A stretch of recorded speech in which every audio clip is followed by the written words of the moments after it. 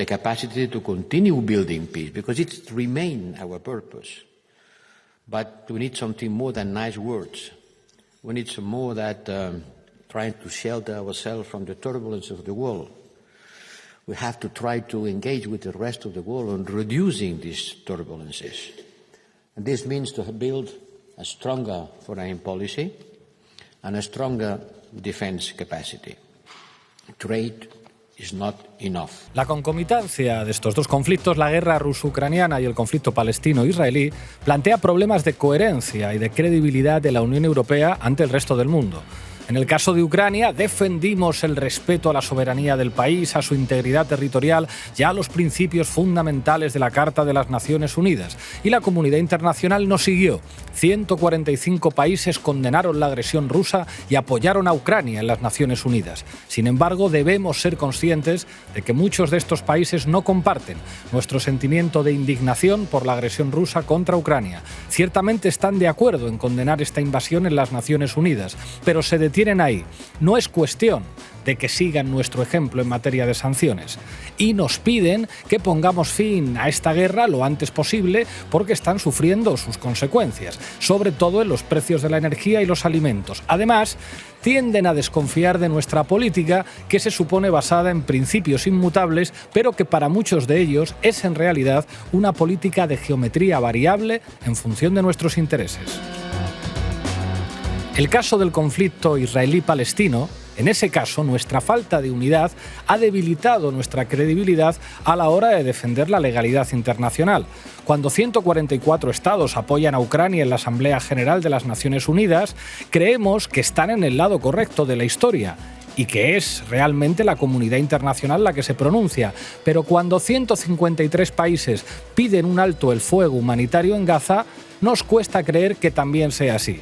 Es difícil apelar al juicio de la comunidad internacional y al voto de las Naciones Unidas en un caso y no hacerlo en el otro.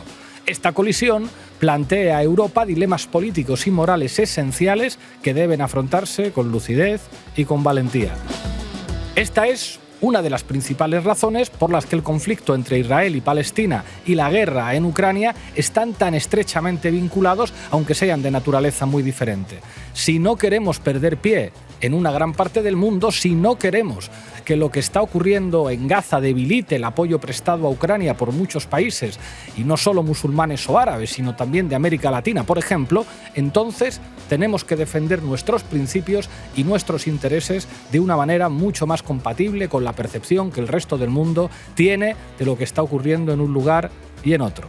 Bueno, esto lo escribió nada más y nada menos que Josep Borrell, el Le Grand Continent, a principios de este año. Borrell me parece un hipócrita y uno de los artífices de las vergonzosas posiciones de la socialdemocracia española en política exterior. Pero Borrell no es ningún imbécil y, como se aprecia en su texto, es perfectamente consciente de lo que representan para la Unión la guerra ruso-ucraniana y el genocidio de Israel sobre los palestinos. Borrell es perfectamente consciente de que la Unión es percibida en el mundo como un actor hipócrita, subordinado además a los Estados Unidos. Precisamente por eso, las elecciones europeas de junio son tan importantes. En ellas, los campos políticos han quedado muy bien delimitados entre los partidarios de la guerra y de dejar hacer a Israel y los partidarios de la paz, de la autonomía frente a los Estados Unidos y de parar los pies al Estado criminal israelí. En estos últimos meses, la hipocresía de la socialdemocracia europea ha sido superada por la desvergüenza de la familia verde europea, que con los alemanes a la cabeza han hecho gala de su atlantismo y de su complicidad con Israel. Por eso, las elecciones europeas son una oportunidad para lanzar con la movilización y también con el voto un mensaje por la paz y contra el genocidio. Hoy en La Base, aquí, en el Parlamento Europeo, hablamos de las elecciones europeas. Bienvenidos y bienvenidas. La Base, con Pablo Iglesias, Irene Zugasti, Manu Levín e Ina Finogénova. Hoy en La Base, desde el Parlamento Europeo, hablamos de las próximas elecciones europeas del mes de junio. Por ello nos acompaña Irene Zugasti. ¿Qué nos tienes preparado, compañera? Pues buenas tardes en Bruselas. Buenas tardes desde Bruselas, la bella. Pues yo os voy a hablar de qué votamos, a quién votamos y cómo votamos en las elecciones europeas de este mes de junio. Manu Levín, ¿qué dicen los medios de comunicación de estas elecciones? Buenas tardes desde Bruselas a todos y todas. Vamos a ver cuál está siendo la posición de los medios de comunicación con respecto al rearme, a la militarización de Europa y, bueno, cómo hay un discurso mediático de apuesta clarísima por el belicismo. Ina Fino-Génova, ¿qué nos tienes preparado para hoy? Tenemos una nueva investigación académica que revela por qué no se apostó por la vía diplomática hace 2 años en Europa. Es bastante interesante.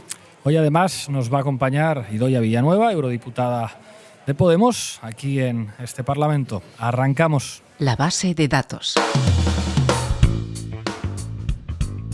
9 de junio, usa tu voto. Ese es el eslogan oficial con el que la Unión Europea se enfrenta a sus próximas elecciones al Parlamento Europeo. En ellas se van a elegir 720 diputados y diputadas al Parlamento repartidos por 27 países miembros de la UE. En el caso español, además, nuestro país le corresponden 61 diputados y diputadas. Somos el 4º Estado con más escaños en la Eurocámara, que aunque concurren con partidos políticos nacionales, una vez que son elegidos, los eurodiputados suelen integrarse en diferentes grupos políticos transnacionales. Por ejemplo, el Partido Popular se integra en el European Popular Party, el PSOE en el Eurogrupo de los Socialistas y Demócratas Europeos, Podemos se integra en The Left y Sumar, bueno, pues recordemos que patrocinó en septiembre del año pasado el desembarco de los verdes en nuestro país.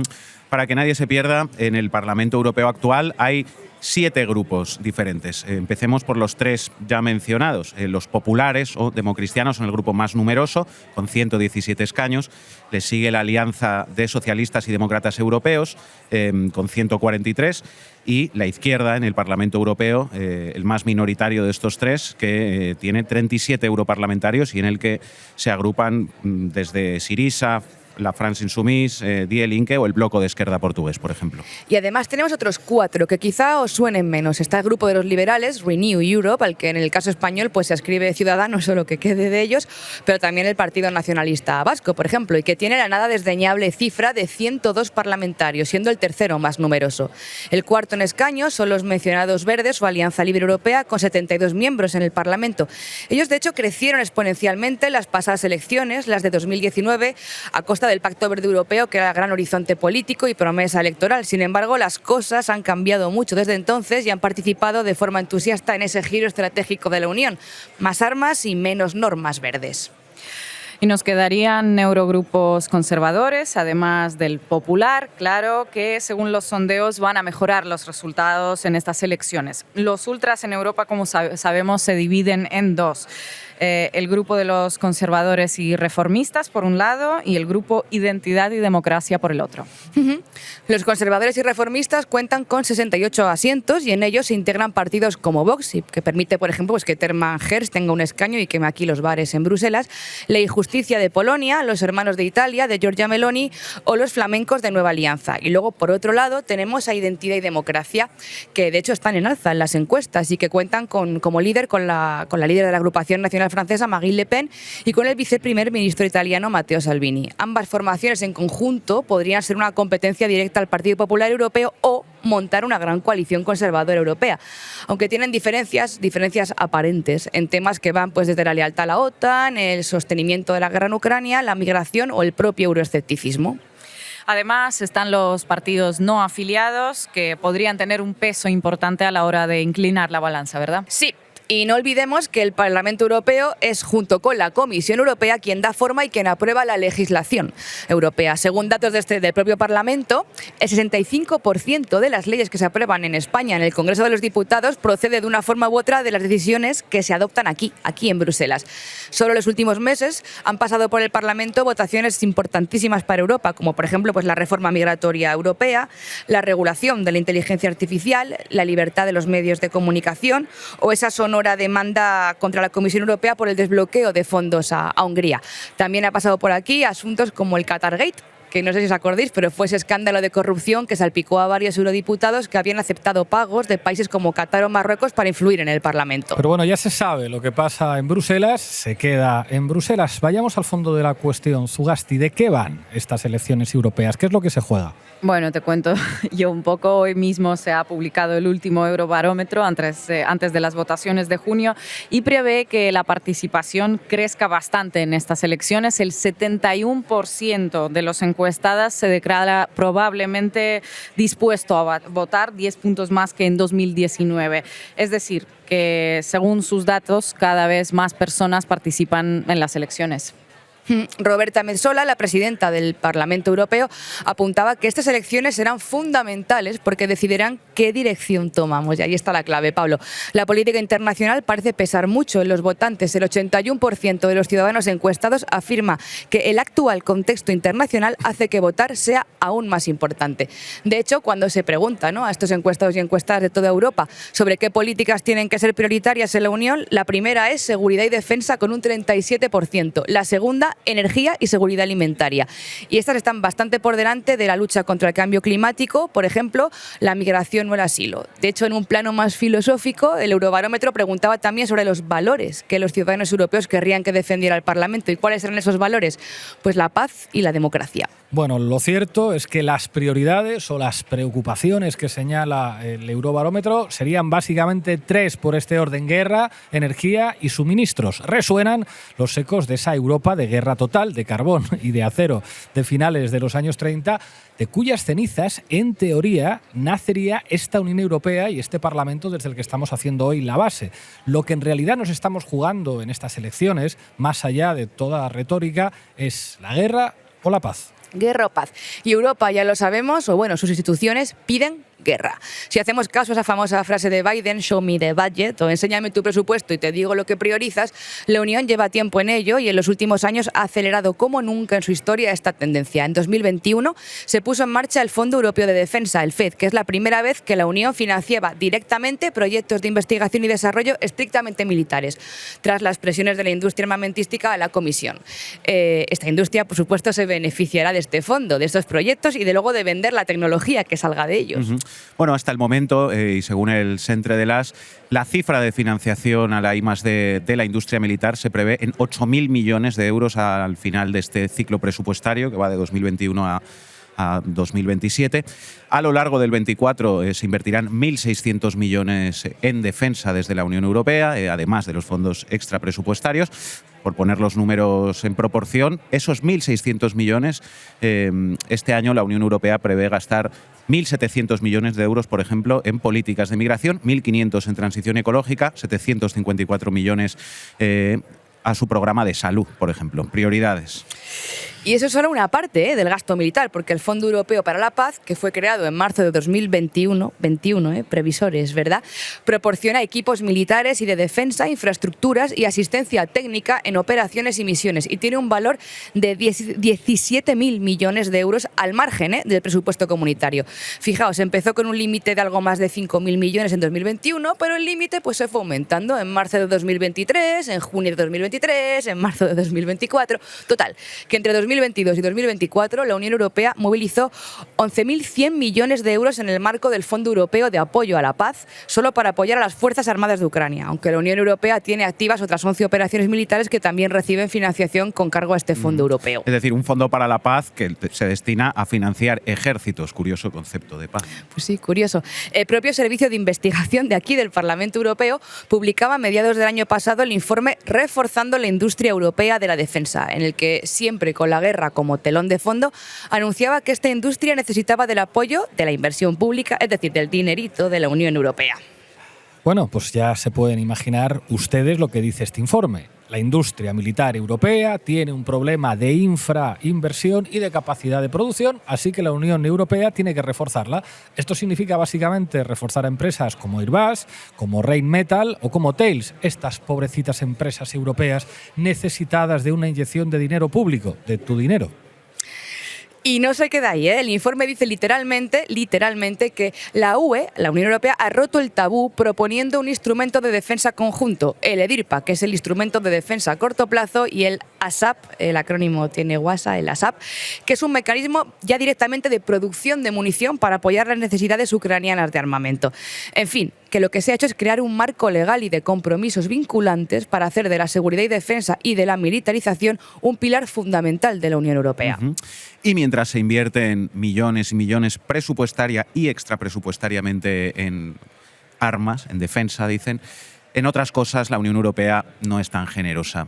a la UNRWA, por ejemplo, la organización humanitaria que opera en Palestina, la Comisión Europea ha decidido dotarla este año de la generosísima cantidad de 150 millones de euros, acompañada de, eso sí, una auditoría por las acusaciones de terrorismo que le ha hecho el Estado de Israel.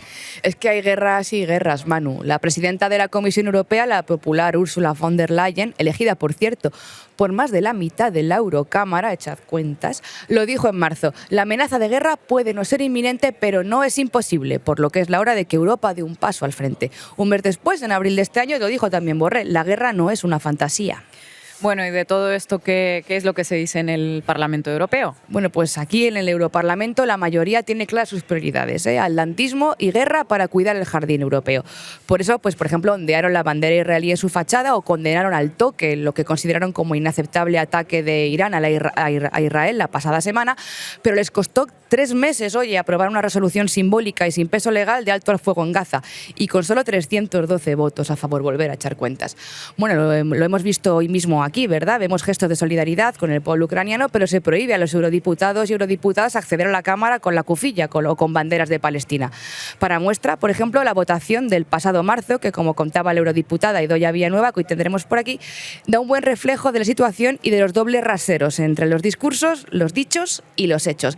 El 1 de marzo pasado, el Parlamento Europeo votaba una propuesta de la izquierda europea para imponer un embargo de armas a Israel, y el resultado de la votación mostró una vez más esos dobles estándares que os comentamos de la Comunidad de Valores Europea. De los 534 diputados que participaron, 393 votaron en contra, incluidos 9 diputados alemanes de los Verdes, los que hicieron campaña electoral con el tema no a las armas ni bienes de guerra en zonas de conflicto. Bueno, pero ¿y el PSOE? Ese partido que trabaja por el embargo de armas, el reconocimiento del Estado palestino y por las vías diplomáticas para llevar la paz a Oriente Próximo. ¿Qué dice el PSOE? Pues ¿qué dice el PSOE? Los eurodiputados socialistas votaron en Bruselas en contra de lo que habían votado esa misma semana en el Congreso de los Diputados en España, cuando se debatió la propuesta no de ley de Palestina presentada por Podemos.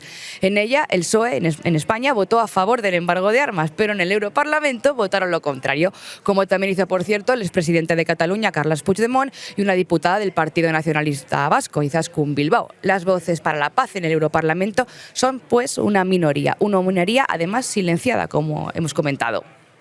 Pues ya lo ven ustedes, el 9 de junio lo que se juega en estas elecciones es básicamente una Europa de guerra, una Europa de paz.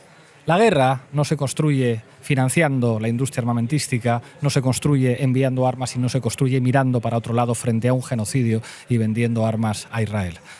La paz se construye de otra forma. Por cierto, Irene en griego significa paz. Gracias, compañera. Threat of war may not be imminent, but it is not impossible. And the risks of war should not be overblown, but they should be prepared for. And that starts with the urgent need to rebuild, replenish and modernize member states' armed forces. Manu Levín, adelante. Vamos con ello, compañeros. Titulares al banquillo. El análisis mediático de Manu Levín. Nota de prensa de hoy mismo de esta institución en la que nos encontramos, del Parlamento Europeo. El contexto geopolítico hace aún más importante votar en las elecciones europeas. La última encuesta del Eurobarómetro del Parlamento Europeo antes de las elecciones de junio revela la concienciación de los ciudadanos y su preocupación por el contexto geopolítico actual. El Eurobarómetro publicado hoy muestra una tendencia positiva y al alza en los principales indicadores electorales a pocas semanas de que los ciudadanos de la Unión Europea voten del 6 al 9 de junio. Bueno, quería empezar leyéndoos esta nota de prensa porque lo de que estas elecciones europeas van de votar guerra o votar paz no es algo que nos inventemos nosotros. Las declaraciones de los líderes europeos llevan mucho tiempo moviéndose en ese eje y dentro de eso apuntando en una dirección muy concreta, que es la de la guerra. La propia nota de prensa del Parlamento Europeo sobre el último Eurobarómetro, como veis, enmarca claramente estas elecciones en clave geopolítica y relaciona el aumento de la intención de voto con la preocupación por los asuntos militares, y los grandes medios de comunicación en Europa, lo hemos analizado ya muchas veces en este programa, llevan meses y meses esforzándose para instalar esa agenda. Fijaos, noticia de hoy mismo en El Correo, siguiendo el mismo marco de la nota de prensa inicial que os he leído. La guerra aumenta la preocupación de los europeos sobre seguridad y defensa. La agresión rusa a Ucrania y la escalada de violencia en Oriente Próximo impulsan la intención de voto de cara a las elecciones de la Unión Europea.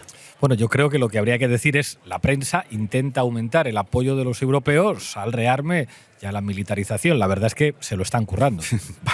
Vaya que sí se lo están currando. Por cierto, ya seguimos, pero que no se nos pase un comentario sobre esa redacción de esa noticia en el correo. Os la repito. La agresión rusa a Ucrania y la escalada de violencia en Oriente Próximo impulsan la intención de voto de cara a las elecciones de la Unión Europea. ¿Hay algo que os llame la atención de esto? Hombre, es bastante explícito el tema, ¿no? Lo de Ucrania es la agresión rusa a Ucrania, ahí se habla claramente de un agresor y un agredido, y está perfecto, es lo que es lo que hay, por supuesto, pero sin embargo el genocidio en Gaza es la escalada de violencia en Oriente Medio, es decir, de forma muy impersonal. Ahí no hay agresores, ahí no hay agredidos, vaya por Dios. Tal cual. Sigamos con el análisis con el que veníamos. Decías, Pablo, que el titular correcto sería que la prensa intenta aumentar el apoyo de los europeos al rearme y a la guerra, y es tal cual. Ahora vamos a ver nuevos ejemplos de esto. Lo que pasa, pequeño detalle, lo adelantaba también Zugasti, es que los propios datos del Eurobarómetro que hoy toda la prensa enmarca como una apuesta por la militarización, según como los leas, dicen otras cosas. Fijaos, noticia en El País, también de hoy mismo. Titular y entradilla. Las crisis geopolíticas llevan a los europeos a las urnas, según el último Eurobarómetro. La preocupación que genera la volátil situación geopolítica actual puede actuar como impulsor del voto en Europa. Hasta un 71% de los europeos manifiesta su intención de acudir a las urnas en los comicios europeos de junio. Bueno, hasta ahí la misma forma de enmarcar estas elecciones, y El País informa también de que la preocupación por la seguridad y la defensa ha crecido entre los europeos. Ok, pero ahora, atención a estos datos que también ofrece esta pieza y que van en la dirección contraria del belicismo que expresa El País en infinidad de contenidos en los últimos meses. Dice esta pieza: aunque la preocupación por la seguridad crece, la mayoría de los europeos quieren que el siguiente Parlamento Europeo se centre en los valores de paz, 47% de los encuestados, y democracia, 33%, seguido de la protección de los derechos humanos, 24%, la libertad de expresión y pensamiento, 21%, y el Estado de Derecho, 20%. La mayoría quiere que el Europarlamento se centre en los valores de paz. Vamos, lo mismito que declaran cada día los líderes europeos, ¿no? Y en lo que se centran cada día los grandes medios de comunicación europeos.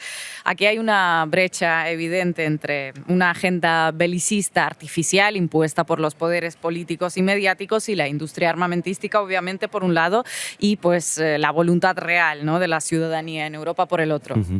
Y esperar, porque también hay datos referentes a España. Para España, las prioridades expresadas en este Eurobarómetro son la sanidad pública, que es el 45%, al igual que en Grecia y en Irlanda, así como la lucha contra la pobreza y la exclusión social, que es un 41%, y la economía, que es un 38%, que es un tema también prioritario pues, para nuestras vecinas, para Portugal, con un 55%, para Italia o para Hungría, entre otros. Por el contrario, la defensa y la seguridad de la Unión Europea en España solo preocupa el 14% de los encuestados y encuestadas. Estos son los datos, suyas son las conclusiones. Estos son los datos clarísimos en lo que respecta a España, ¿no?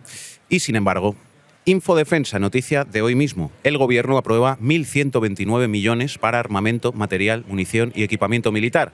El Ejecutivo no aclara qué programas o contratos irá destinada la partida aprobada por el Consejo de Ministros. Ya veis que ese divorcio del que hablaba Ina entre la opinión pública, que se posiciona, como acabamos de decir, dando datos, y las decisiones del poder, en este caso del Gobierno de España, pues se está expresando de una manera obscena. Y aquí es donde entra el poder de persuasión de los actores mediáticos, que tratan de reconducir una opinión de los europeos mayoritariamente preocupada por cuestiones como la sanidad o la pobreza, para que estén con preocupaciones más acordes con una agenda belicista que se construye desde arriba. Y la realidad siempre nos regala nuevos ejemplos de ese discurso mediático. Euronews: Europa debería invertir en defensa para no repetir el error de la Segunda Guerra Mundial. El Español: 2 años más cerca de una guerra de Putin, de Europa contra Putin. La Razón: Borrell alerta de que la guerra a gran escala en Europa ya no es una fantasía. El País: Europa se pone en pie de guerra. Telemadrid: Europa se prepara para la guerra. Y vamos a escuchar también algo de televisión. Hoy mismo, en las tertulias del oligopolio mediático español, se está hablando, lógicamente, de ese aumento del gasto militar decidido por el Gobierno. Vamos a escuchar a Pilar Gómez en Telecinco con Ana Terradillos. Y a mí me parece que invertir en defensa es invertir en democracia. Eso sería lo deseable, ¿no? Según los expertos militares. En cualquier caso, reinstaurar la mili. Yo no, yo hice la prestación social sustitutoria.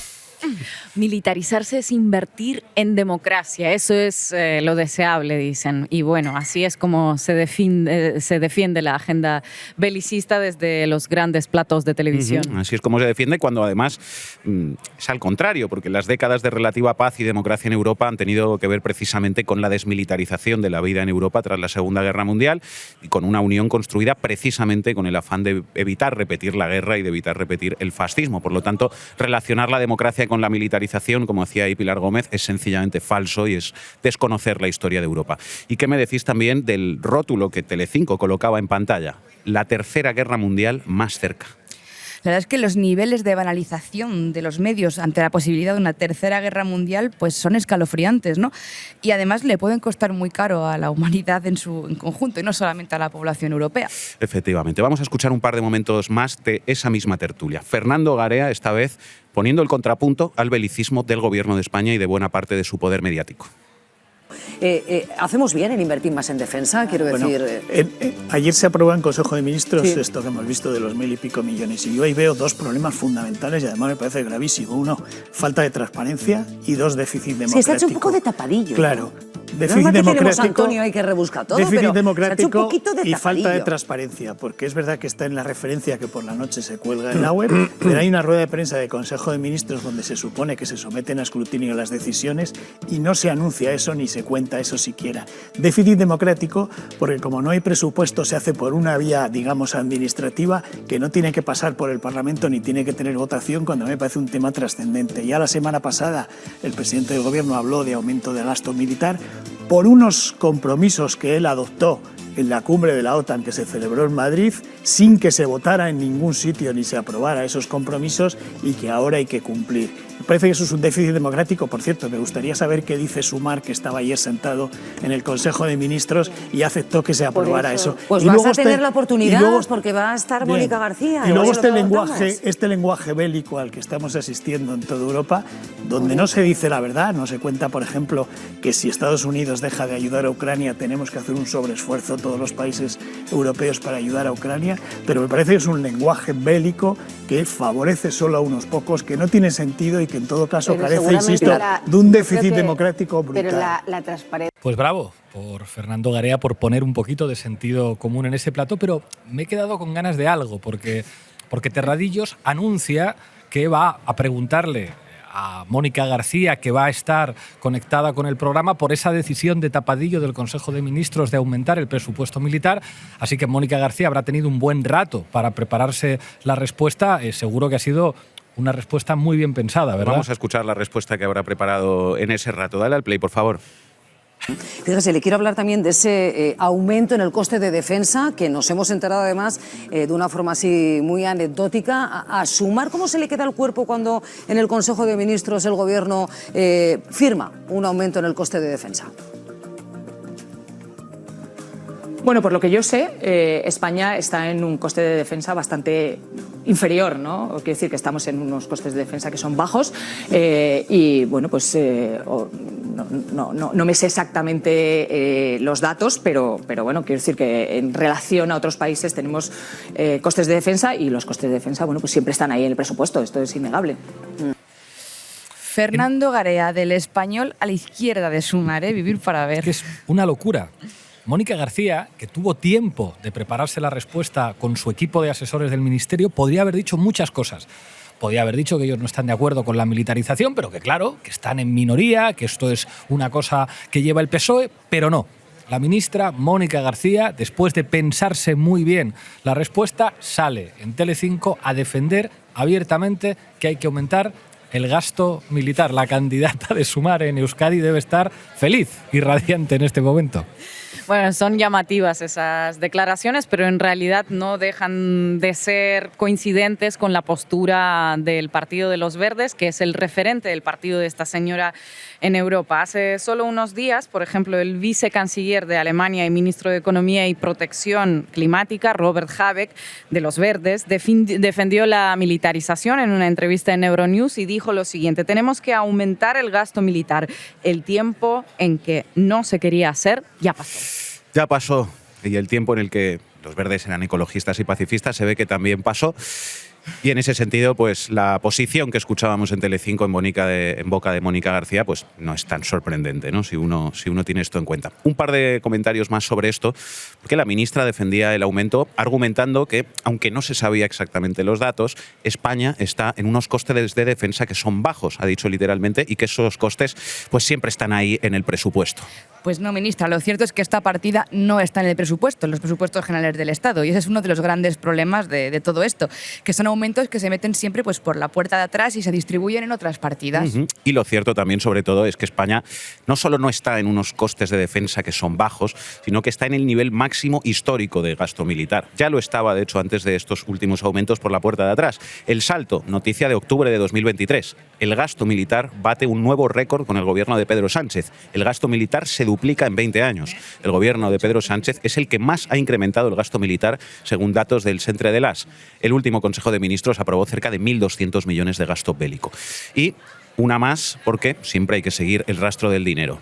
5 días. Indra cabalga con fuerza a lomos del gasto histórico en defensa en todo el mundo. El precio de la acción ha repuntado un 54% en los últimos 12 meses tras centrar el foco estratégico en este ámbito. En 2023 sus ventas y beneficios fueron récord. Pues bueno, estos son los niveles muy bajos de gasto militar que hay según el ala verde del gobierno. Tremendo.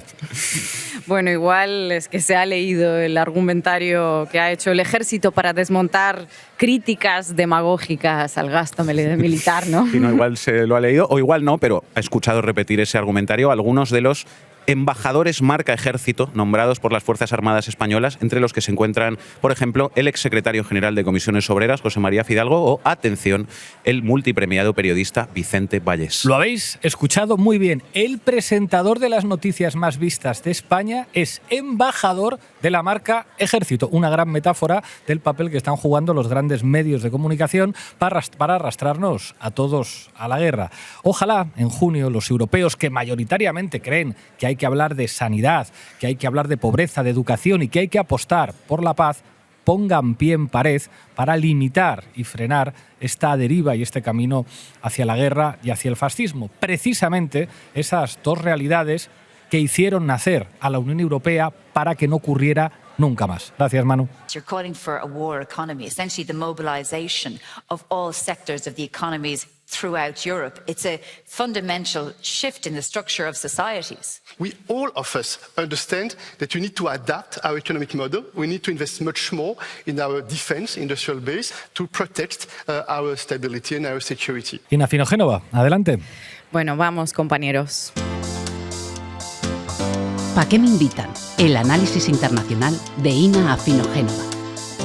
Bueno, en los últimos 2 años lo contamos varias veces en este programa, pero cada vez surgen más nuevos detalles alrededor de esta historia. La guerra de Ucrania podría haberse terminado o detenido en marzo-abril de 2022, podría haberse saldado con decenas de miles de víctimas menos y varias ciudades y pueblos enteros, en lugar de devastados y arrasados.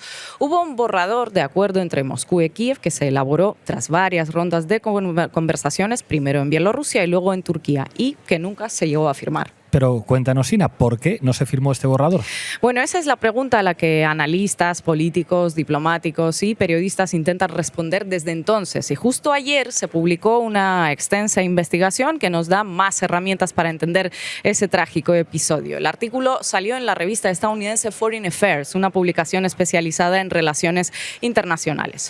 Las conversaciones que podrían haber puesto fin a la guerra de Ucrania, se titula el artículo. Y lo firman 2 académicos, Samuel Charap, que es el presidente, el Distinguished President Chairman para Asuntos de Rusia y Eurasia de Rand Corporation, que es uno de los think tanks más influyentes de Estados Unidos, que proporciona los informes pues, directamente al Pentágono, y Sergei Radchenko, que es el también profesor distinguido en la Escuela de Estudios Internacionales de la Universidad Johns Hopkins en Europa. Vamos, que no es ninguna broma el artículo. No es ninguna broma. Una historia oculta que no fue más allá, pero que contiene lecciones para futuras negociaciones, reza el subtítulo. Primero, hay que hablar de la metodología metodología que usaron. Si bien, como dije, ya habían salido declaraciones sobre ese acuerdo frustrado en marzo de 2022, tanto de funcionarios ucranianos como de algunos intermediarios internacionales, en este caso los autores de este trabajo accedieron a varios borradores de acuerdo que habían intercambiado las delegaciones ucraniana y rusa, es decir, a documentos que no se habían hecho públicos antes y que fijaban las condiciones para parar la guerra.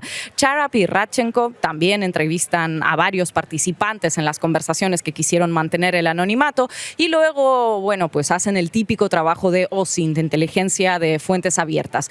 Reconstruyeron toda la cronología de los acontecimientos desde el inicio de la invasión rusa hasta finales de mayo de 2022, cuando fracasaron las conversaciones, recogiendo declaraciones públicas de funcionarios, entrevistas, etcétera.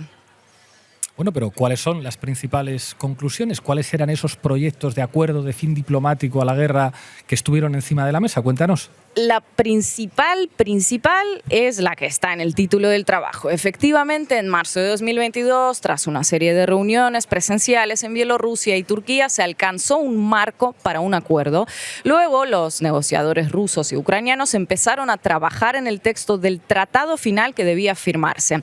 Ese tratado proclamaría a Ucrania como un estado permanentemente neutral y no nuclear. Ucrania renunciaba a unirse a alianzas militares y permitir bases militares o tropas extranjeras en su territorio a cambio de unas garantías de seguridad por parte de terceros países, entre los que se barajaban los miembros permanentes del Consejo de Seguridad de la ONU, incluida Rusia.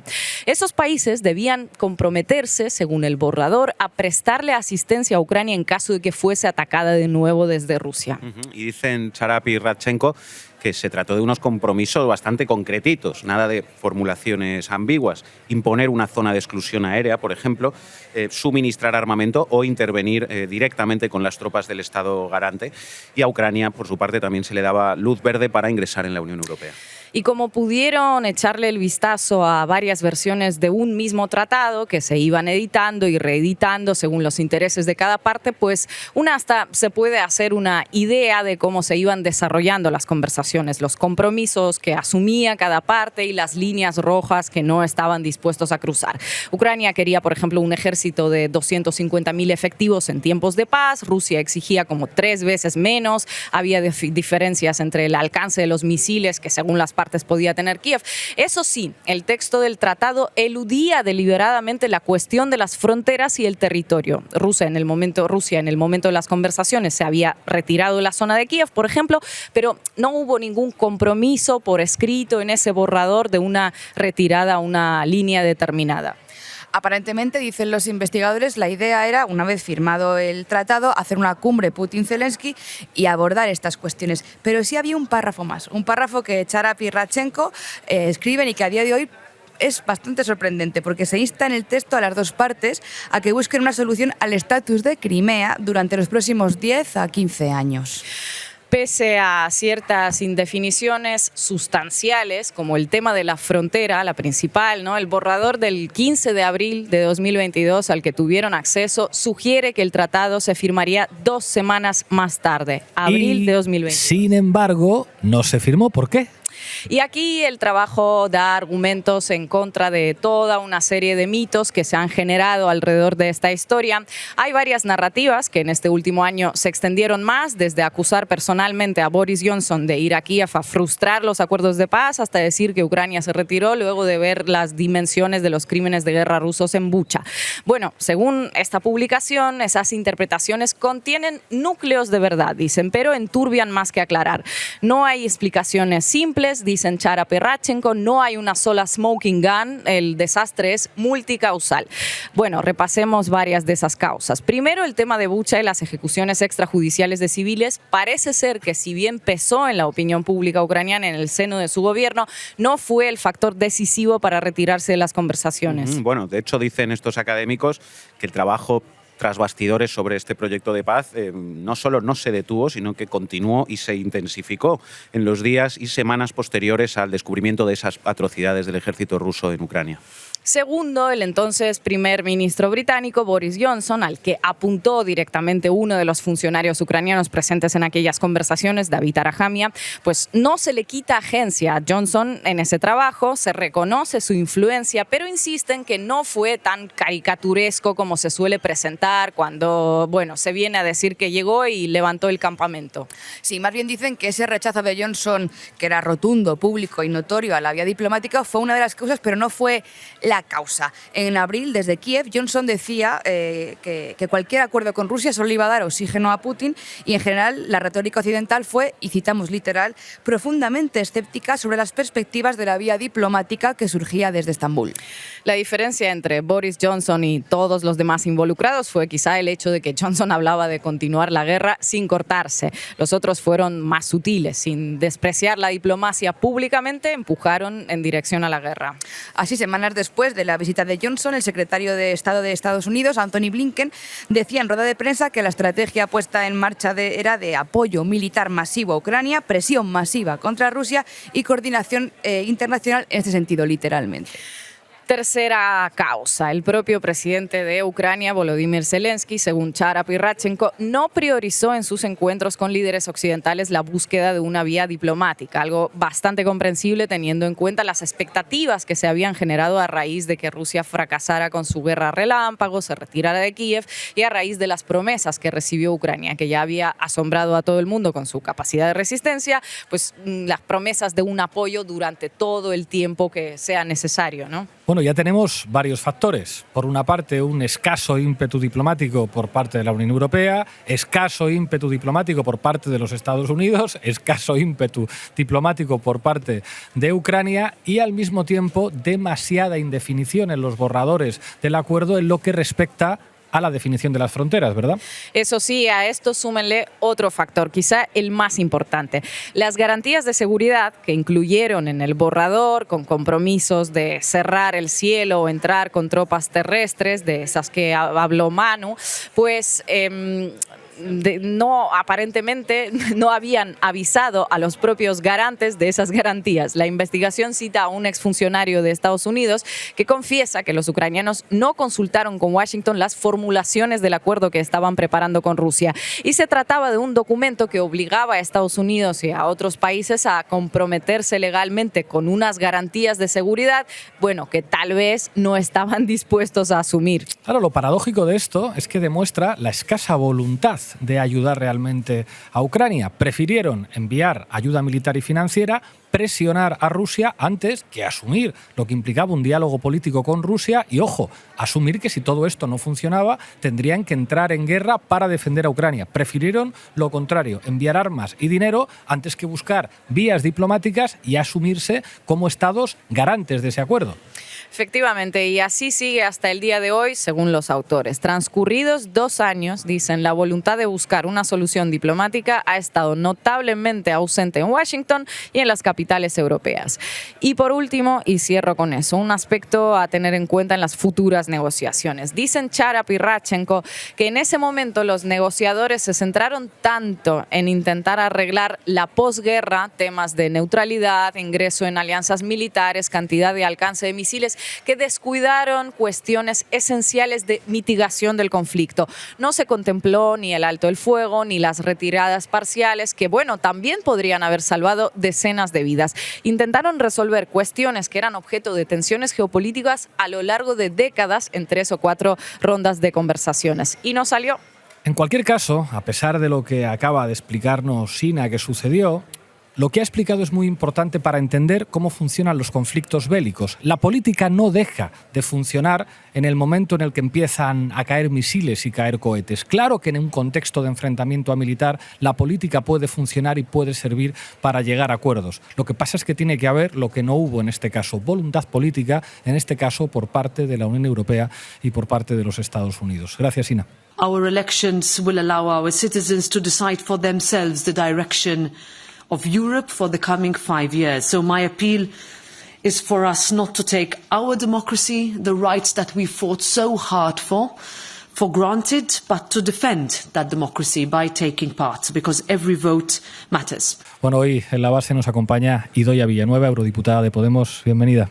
Muchísimas gracias, un gusto. Gracias a teneros ti aquí. por hacer posible que hoy podamos grabar este programa aquí, que nos hace mucha ilusión. Te quiero preguntar, ¿es difícil en esta Cámara, en el Europarlamento, frente a todos los discursos belicistas de que hay que mandar más armas a Ucrania, hay que incluso entrar en guerra, seguir defendiendo contra viento y marea las vías diplomáticas para alcanzar la paz?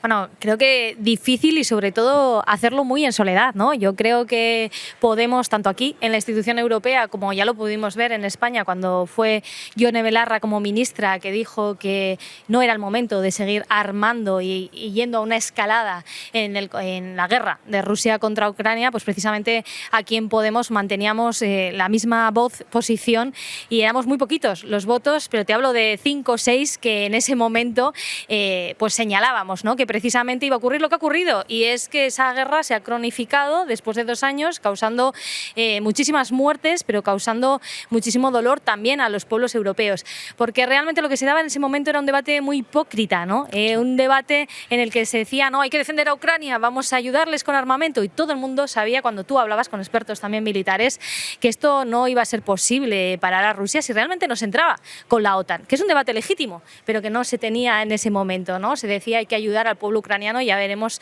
qué ayuda le hemos dado hoy, con millones de personas refugiadas, con el país destrozado y con una guerra en la cual no se le ve el final, ¿no? Por tanto, desde el primer día lo denunciamos, alzamos la voz, y desde luego hoy ya sí se van sumando más voces, y aún y todo, desde luego, está lejos de ser mayoritarias. Zugasti. Bueno, ¿qué tal, Idoia? Muchísimas gracias por acogernos aquí. Yo te quería preguntar sobre la cuestión del apoyo de la Unión Europea a Israel con casos ya, bueno, escandalosos como el alemán. ¿Cómo podría afectar, ¿no?, esta adhesión a la política genocida israelí a la Unión Europea? Bueno, yo creo que la Unión Europea, si le quedaba algo de credibilidad, la ha enterrado totalmente en este cierre, ¿no?, de legislatura. Casi empezaba la legislatura hablando y debatiendo sobre la necesidad de esa autonomía estratégica europea, y acabamos la legislatura exigiendo que cumplan lo que es lo básico, que es el derecho internacional, ¿no? Es una barbaridad lo que estamos viendo en algunos Estados miembros con la criminalización de la defensa básica de los derechos humanos y la defensa del pueblo palestino en Europa, pero es una barbaridad también que a día de hoy no se haya tomado ni una sola acción, que es posible hacerlo dentro de la Unión Europea, que siga activo el acuerdo comercial preferente de Israel con la Unión Europea sin suspenderse, que no se haya apoyado los procesos de rendición de cuentas, que no se haya pedido un embargo a armas, que es una obligación, que esto ya no es una cuestión moral, sino que es totalmente obligación. Pero respecto a qué lugar nos deja, yo creo que está siendo un grado de irresponsabilidad enorme, porque precisamente lo que está construyendo la Unión Europea es ahondar en ese mundo sin reglas, en el que solo impera la ley del más fuerte. Si tú no defiendes el más mínimo derecho internacional, lo que nos estás poniendo es precisamente tú en peligro a todos y todas, ¿no? Manu. ¿Qué tal, Idoia? ¿Cómo estás? Un placer saludarte aquí en Bruselas.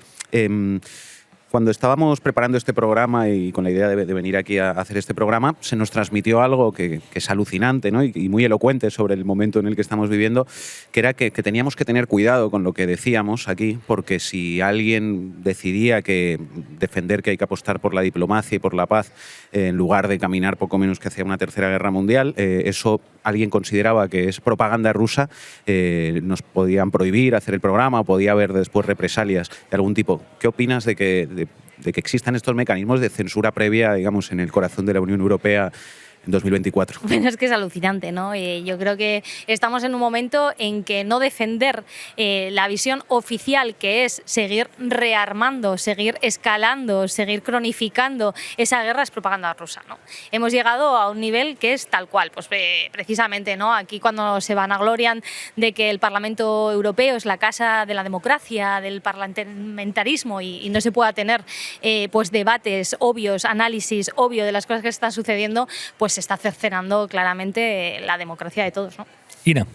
Idoia, ¿por qué, en tu opinión, se frustró y se apostó por rechazar la vía diplomática? Ya salen tantos detalles que ponen nombres, factores, ¿no?, cómo se debatió, cómo se decidió seguir esa línea belicista. ¿Por qué sucedió eso? Bueno, yo creo que aquí la Unión Europea ha decidido seguir siendo el mayordomo de Estados Unidos, ¿no? Si decía que al principio de la legislatura hablaba de esa necesidad de autonomía estratégica, lo que ha confirmado esta legislatura precisamente ha sido lo contrario, ¿no? Que actúa como un actor que no deja de ser el mayordomo de los intereses de Estados Unidos y de las grandes empresas armamentísticas y del alto capital, ¿no? Estamos viviendo esa guerra que no es otra que la de Estados Unidos contra Rusia en territorio europeo. Y después de 2 años no todo el mundo ha perdido, ¿no? Esto yo creo que es bueno siempre recordarlo. Aquí había una gran dependencia a la energía de Rusia y lo que ha incrementado en estos 2 años precisamente son todas las importaciones de gas de Estados Unidos, ¿no? Ahora somos mucho más dependientes de Estados Unidos y los resultados de las empresas armamentísticas estadounidenses no hay más que verlas, ¿no? Por tanto, creo que un análisis en estos 2 años de quién ha perdido y quién ha ganado da claramente el motivo del por qué se decidió una vía u otra. Idoia Villanueva, muchísimas gracias por atender a la base y por hacer posible este programa tan especial. Muchísimas gracias siempre a vosotros, un gusto y un placer. Llegamos al final, hoy vamos a querer acabar con un temazo de Patti Smith, People Have the Power. El día 9 de junio los pueblos europeos tendrán un poquito de poder, no mucho, pero un poquito de poder para iniciar un camino de paz. Hasta mañana.